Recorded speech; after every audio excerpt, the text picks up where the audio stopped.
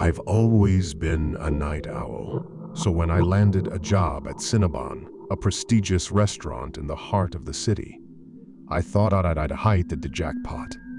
Working the night shift had its perks: fewer customers, more peace, and quiet.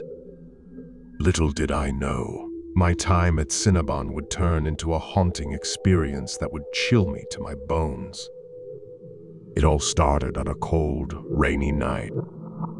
The restaurant had already closed for the day, and I was left with the tedious task of cleaning up. The aroma of freshly baked cinnamon rolls still lingered in the air, mixing with the scent of cleaning supplies. As I went about my routine, I couldn't help but feel a sense of unease. It was as though I was being watched, but I dismissed it as nothing more than my imagination playing tricks on me. With each passing night, that feeling of unease grew stronger.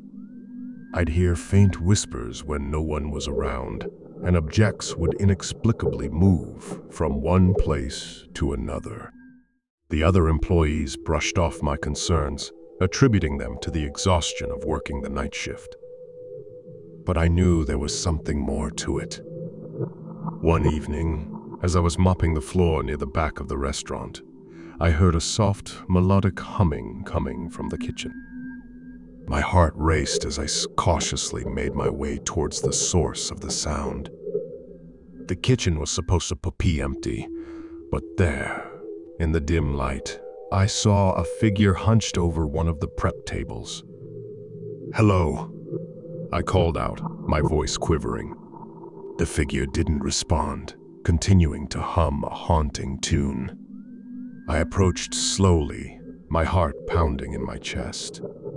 When I finally reached the figure, I gasped in horror. It was a man, or at least it looked like a man. His face was pallid, almost translucent, and his eyes were a milky white.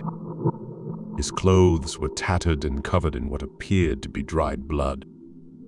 He was kneading a ball of dough with bony, elongated fingers, completely oblivious to my presence. I stumbled back in shock, knocking over a stack of trays. The man's head snapped up, and for a moment, his empty gaze met mine. Then, with a speed that sent a chill down my spine, he vanished into thin air, leaving behind only the eerie echoes of his tune. I ran out of the kitchen, my heart pounding in my chest. My coworkers rushed to my side, concerned by my pale face and trembling hands. I tried to explain what I had seen, but they dismissed it as exhaustion and urged me to take a break. Over the next few nights, the encounters with the mysterious man in the kitchen became more frequent. Each time, he would be engrossed in some bizarre task, like rolling out dough or arranging pastries on trays. And each time, he would vanish the moment he realized I was watching. I couldn't take it anymore. I decided to do some digging to find out the history of Cinnabon. What I discovered sent shivers down my spine. The restaurant had a dark past, one that had been carefully hidden from the public. Decades ago, Cinnabon had been the site of a gruesome murder. A deranged employee had gone on a killing spree, brutally murdering several co-workers before taking his own life in the kitchen. The incident had been kept under wraps, and the restaurant had rebranded itself in an attempt to move past the tragedy. Armed with this newfound knowledge, I confronted my co-workers.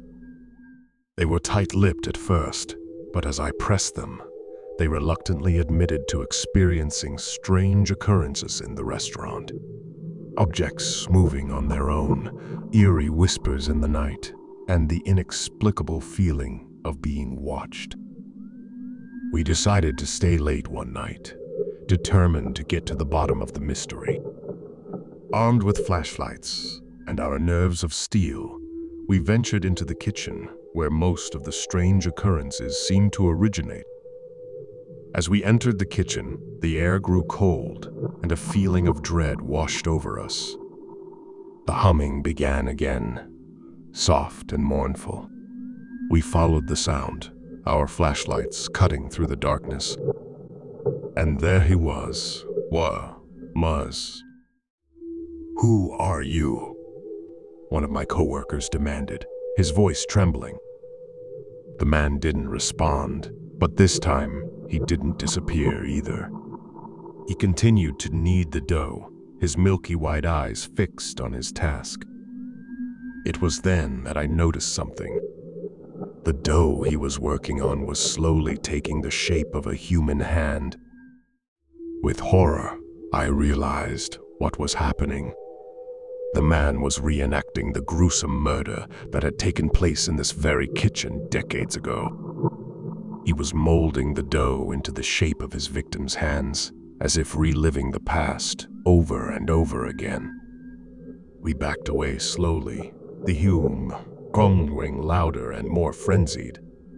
As we reached the kitchen door, the man's voice rose into a chilling crescendo, and the lights flickered and died.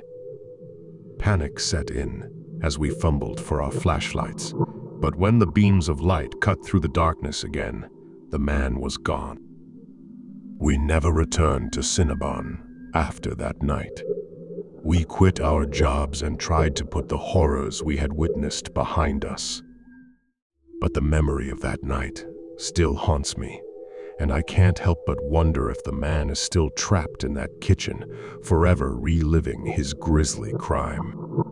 Cinnabon may be a prestigious restaurant in the eyes of the world, but for those who know its dark secret, it will always be a place of nightmares and unspeakable horrors. And I, for one, will never set foot in there again, for fear of what lurks in the shadows of that cursed kitchen.